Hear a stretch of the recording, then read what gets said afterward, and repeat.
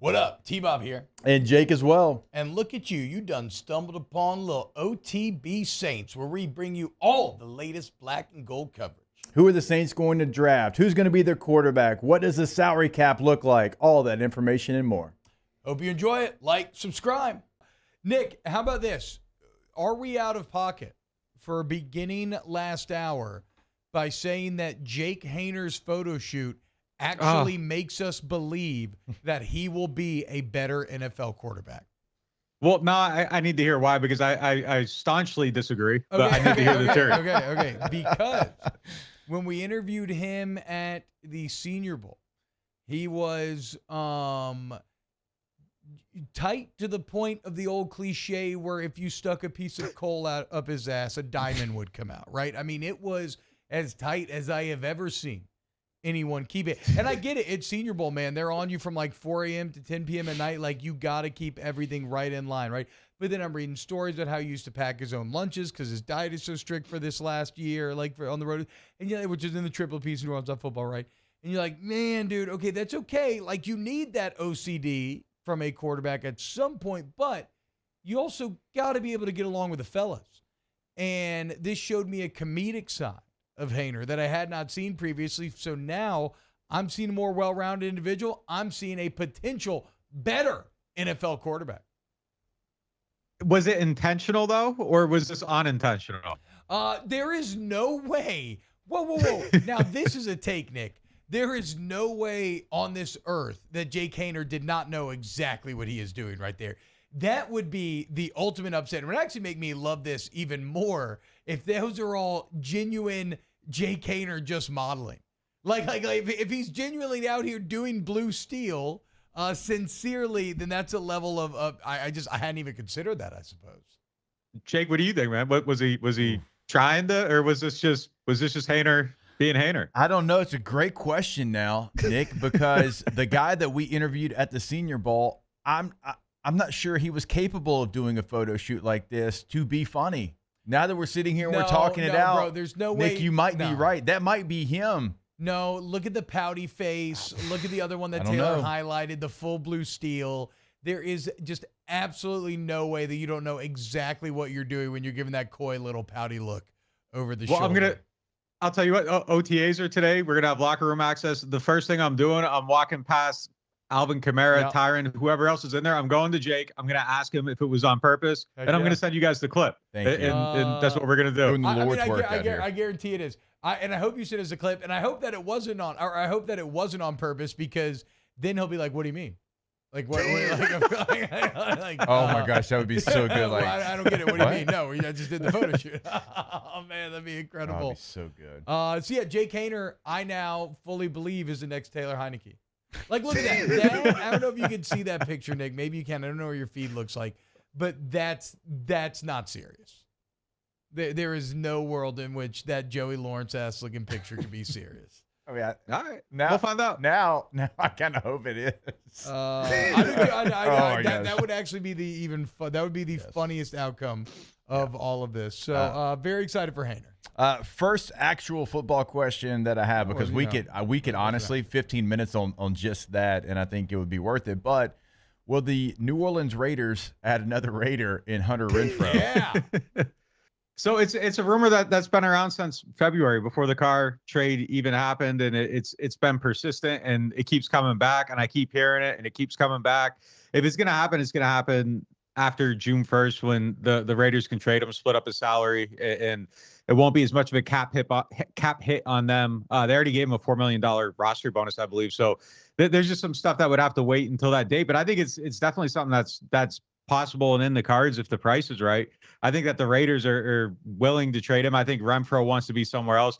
I think the Saints would be willing to add another wide receiver, and I think nobody would celebrate this harder than Derek Carr. I think this is something that he would really, really, really like to have happen. And I think there's a fit for it. I think it would make a lot of sense. I mean, you're kind of putting a lot of pressure on two young guys and Mike Thomas to carry the whole entire load. And I think they can. I think they'll be even good at that position if they do nothing else. But adding one more layer to that, I think would just kind of make their weapons borderline upper tier overall. And look, there's just so much stuff that he does well. Like those whip routes, you watch him on those. It's Danny Amendola-esque, like just the ability to do it. it would help them a lot in the red zone. He just knows how to get open. You know, the one thing that I think it changes is just kind of how they line up a little bit. Since Willie Snead left 2018, almost every single one of their wide receivers has logged 25% of their snaps in the slot, which just kind of makes you a little bit unpredictable in some senses, a little bit of window dressing. But if you have a top tier slot receiver being in there, you're willing to lose some of that flexibility to get better talent. So I think it would make all the sense in the world. And you know, if they can get them for, they don't have a 4th round pick right now, but they're going to get 2 in comp picks. If you can get something for something of the equivalent of that, like kind of trading out David Onyemata's contract for Hunter Renfrow, like that's not a bad trade.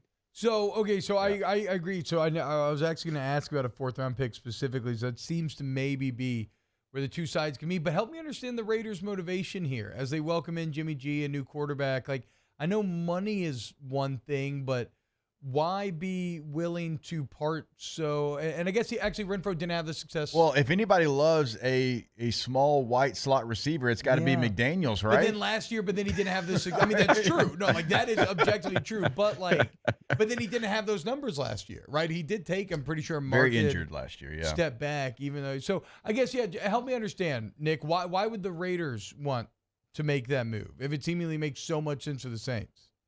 I'm trying to find the guy's name. They just kind of drafted what looked like his replacement, Trey Tucker from Cincinnati. He's a smaller guy. He's a slot type receiver. So I think they already kind of replaced him a little bit. And look, you look at what was going on with the Raiders last year. There was some discontent, I think, throughout that entire organization. They already traded Darren Waller. Devontae Adams is talking about how they aren't seeing eye to eye. Their quarterback got pushed out by the end of the season and was not in good graces. I think just kind of looking at it. And Renfrow had an injury last year, but everything I've heard is that there was a lot of guys kind of not, I don't want to use the word checked out, but like it was just very disharmonious in that locker room, I think, just kind of with the way they operate. When, and this is the most surprising thing because I used to cover the Patriots, and everything I've heard about how their offense operated last year, like the Patriots, everything was basically an option route. Like you had to read the field on every single play. You go through their playbook and it's just dotted lines going all over the place based on leverage and what coverage they're playing and what depth safeties are at. And you got to read it the same way as Brady. And the Raiders in Hunter Renfrow's best season 2 years ago, they were kind of built the same way. There was a lot of freedom. They're reading the field. They're doing things on the fly a little bit, being on the same page with the quarterback. I heard that McDaniels kind of just made everything very, very rigid in that that caused some issues with how the team operated last year. And I think you can just kind of see that with just how it's fallen out a little bit. And I don't know if everybody was on the same page. So I think maybe the Raiders are already planning on moving on. I think you see the end of this anyhow with the draft pick they made, 3rd rounder. I mean, that's a guy you expect to take that spot.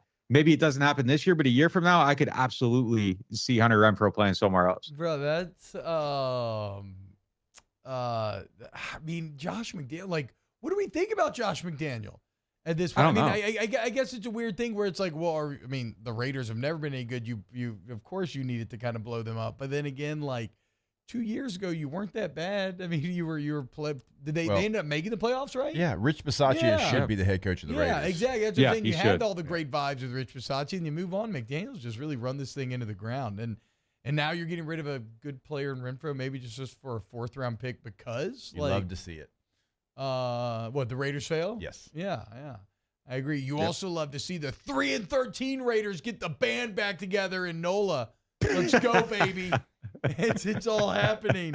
I love that. I mean, the dumbest part is it sounds absurd, but I actually think the Saints are going to be good. You know, they got a relatively friendly schedule. I like the offensive pieces. I like a lot about the defense. Like, here I am. Lucy's holding the football, and I'm lined up to kick it once again. I mean, I don't know, Nick. Do you have any feelings that maybe we should be? Because even my old man was talking about this when he was over for the kid's baptism, like Sunday. Just how he thinks they're going to be really good again. Like, are we all dumb? Are we all just too close to the situation? What's going on here? You can't ask me this, man. It's May 23rd. Like I'm the most optimistic person in the world this time of year. We're going to go out to practice. Like everything we see is going to look good. It's going to be exciting.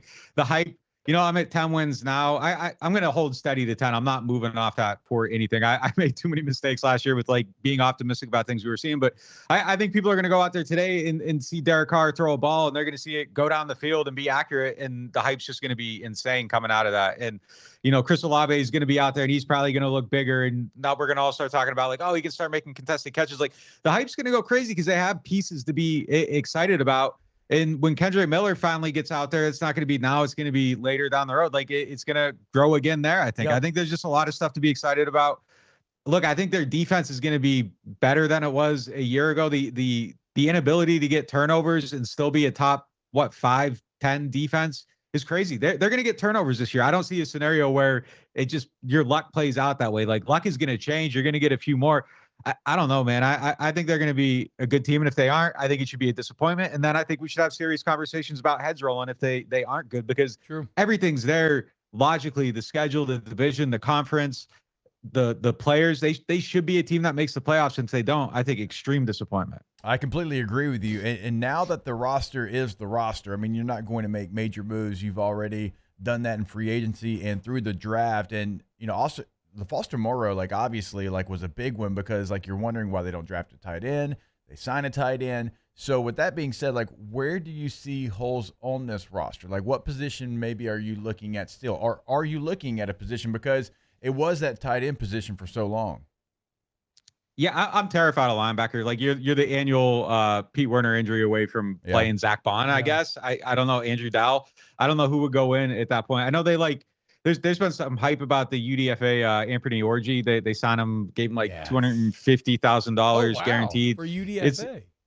Yeah, they got 3 of them that they paid above $200,000. So I mean, there's a handful of guys that Shaq Davis was one, and or was it Shaq Davis? There was another guy. No, the cornerback and Mark Evans was the other one. There's 3 of them, but yeah.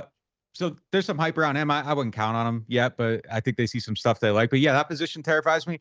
And look, wide receiver does a little bit too. I mean, if Mike Thomas doesn't play the whole season, you're kind of maybe a little bit thin. You're counting on some unknowns there. Brian Edwards probably can step in and be fine. There's a lot of weight I think on Rashid Shaheed to take the next step. And as much as we all think of his future, I think in potential, like he's a guy that had like 480 yards last year. Like there's a lot of responsibility falling on his shoulders coming right out the gates to take that next step and maybe even almost double that production. So I think those are the 2 spots that I'm looking at a little bit and a little nervous about. And I think just to be fair, guard's the other one, and I guess left tackle too. I mean, if Penning's not starting, I think that's a borderline major misfire. Not even borderline, it's a major misfire. And both their guards I think are shaky. Ruiz is coming back from the foot injury. Can he build on what he did last year, or does it backslide? I think there's some real questions there. Hey, what about Jackson at linebacker coming out of college, App State? I was a huge fan of him. Loved when the Saints drafted him. I believe it was a 5th-round selection. He goes on the IR last year. Is he a guy that you think can give the Saints anything at the position? Yeah, that's fair. Yeah, I'm glad you brought him up. Like that's just a blind spot every time I talk about that position, just because like we didn't really see him last year, so like you almost forget that he was around. But yeah, I mean he was a mid-round pick. Had some stuff that looked good last year. They obviously thought enough of him to keep him around and all that. So yeah, I think he's definitely someone that should be in that mix competing. And look, Mike Hodges might be their best position coach on the whole entire team. The way we've seen their linebackers develop, I don't think that's a fluke. So him having some workable young talent, I think there's definitely a chance that Jackson's part of that solution. And yeah, I gotta put him at the forefront of the mind because he's definitely in that mix. Nick, do you know how much I got paid as a signing bonus to be UDFA? $400. $500. $500. Right. $308 Would you after taxes. You got $500. Would you buy? The final cut. So I outlasted all the multi-thousandaires that got cut before me. But yeah, $500. Would you buy? Would you get? I bought like I remember thinking one of the first nights all the rookies went out that I had some sort of NFL money come my way, and so I probably spent all $300 at Hooters in one night just buying wings and pitchers of beer. So I guess that's what I bought was one big night at Hooters in St. Louis. All right. And then I actually lost money over the rest of the summer trying to make the NFL, without a doubt. What we get, $500 a week working out whatever bonus? like the per diem was, I don't know, but yeah, my hand, dude. $500 for the love of the game, T. For the love of the game, dude. Put it on, dude. Out there taking my knee braces off during practice, being like, if I catch a knee injury, man, they gotta keep me. You got to pay you. Yeah, that's what I'm saying. I could get league minimum for a year if I can get a shot to the knee. Anybody Right here. Make it happen. Like, it's gonna suck, but I think I can make it. I think I can suck it up. Nick Underhill at Nick_Underhill. New Orleans on Football is a site doing great work over there. Great new show a few times a week. Brooke Kirchhoffer, go check out the New Orleans on Football YouTube channel. Nick, thank you so much, man.